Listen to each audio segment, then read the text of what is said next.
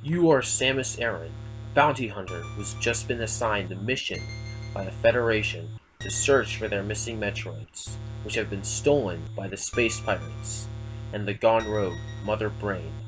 Two of these pirates are Kraid and Ridley.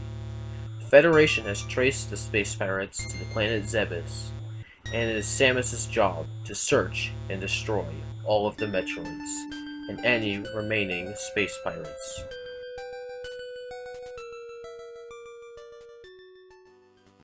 Now, some of the first things you realize when you first start the game is that Samus starts out with 30 health, but has a max of 100, which is odd to only start with 30 health, but okay, I'll roll with it. Next, you'll see that, unlike most games during its time, you can now go left.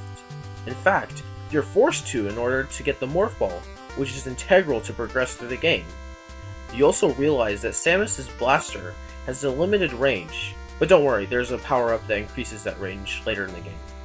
Also, along with that, Samus can only aim in 3 directions: up, left, and right. This can be very frustrating at times when an enemy is placed in just the right spot. It can't quite hit it. This also makes you very vulnerable for when you go down long shafts and you can't aim down to hit any enemies, which will indeed be taking out a big chunk of your health, which can result in you dying. And speaking of dying, my gosh will you be dying while playing this game. You will die a lot. When you die, you start back at the start of the entrance of the area for where you started. And you will start with only 30 health again. And later in the game, you will stumble across extra energy tanks, which increases Samus's health by 100. But still, when you die, your life returns back to 30, even with the extra energy tanks. The only way you can refill your health is when you kill an enemy, and that has a chance to drop some energy. Will only give you 5 health, and this can take a long time to grind to refill all of your extra energy tanks. While you are playing, you'll stumble across some power-ups and equipment that you can use along your journey. Some are optional, while others are mandatory. These items consist of the Morph Ball, which puts Samus in a ball, which allows her to reach small places. Missiles, which deal much more damage than your regular blast, but need refilling, and can be found scattered throughout the entire game. The Bomb, which allows you to blow up walls while you're in the Morph Ball. The High Jump Boots, which, well, gives you a higher jump boost. And the Varia Suit, which gives you an extra protection against enemies.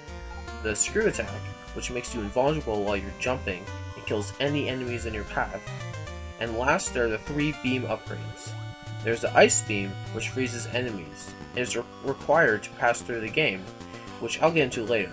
And the Wave Beam, which shoots a burst of powerful blasts that wave around and can go through walls. The Long Beam, which extends the length of your blast. However, you can't stack both the Ice Beam and the Wave Beam at the same time.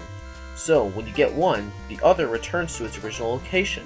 This can be very annoying when you're playing, and you reach a certain spot in the game where you need the Ice Beam, but you have the Wave Beam, so you have to backtrack all the way back to the place where you found the Ice Beam. Since the Wave Beam is not necessary to progress, you'd be better off just sticking to the Ice Beam. There are 2 bosses in this game. They are Ridley and Kraid. You can fight either one in any order you want, but the official order is to fight Kraid first, then fight Ridley. Kraid's attacks consist of him shooting pine needle darts and throwing banana boomerangs.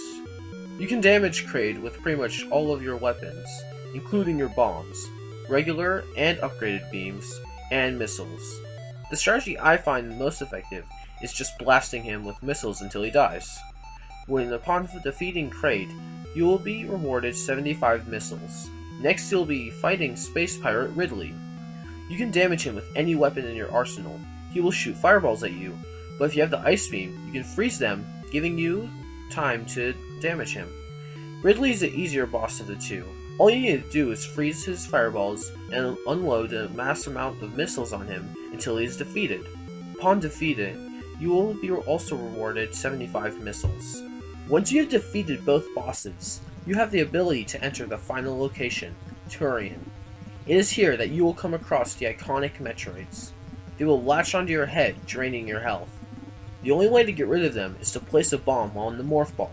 To defeat them, you must use the ice beam to freeze them and shoot 5 missiles while they are frozen. Once you get far enough in Turian, you will find the last boss of the game, Mother Brain. And oh, is this the last boss? You'll have to use your missiles to destroy these barriers to reach Mother Brain, but if you aren't fast enough, they will regenerate. However, while you're dealing damage to the barriers, these turrets will fire these rings that cause mass amounts of damage, as well as giving you knockback. Once you reach Mother Brain, and these turrets are firing at you, you have to shoot Mother Brain in the eye with your missiles to kill her.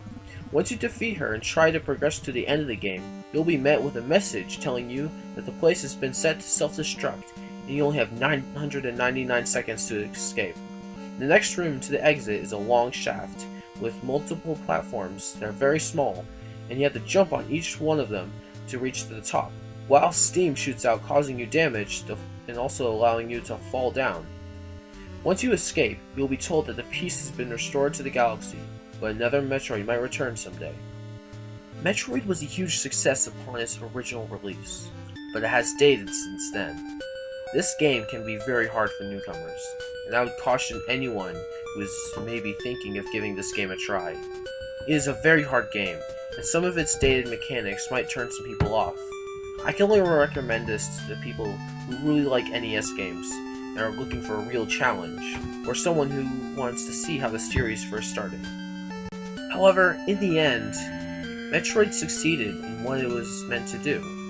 It was meant to give you a sense of eeriness and darkness, but also giving you a sense of exploration and adventure to keep you going, to find out what happens next, and to progress, and just get that next upgrade.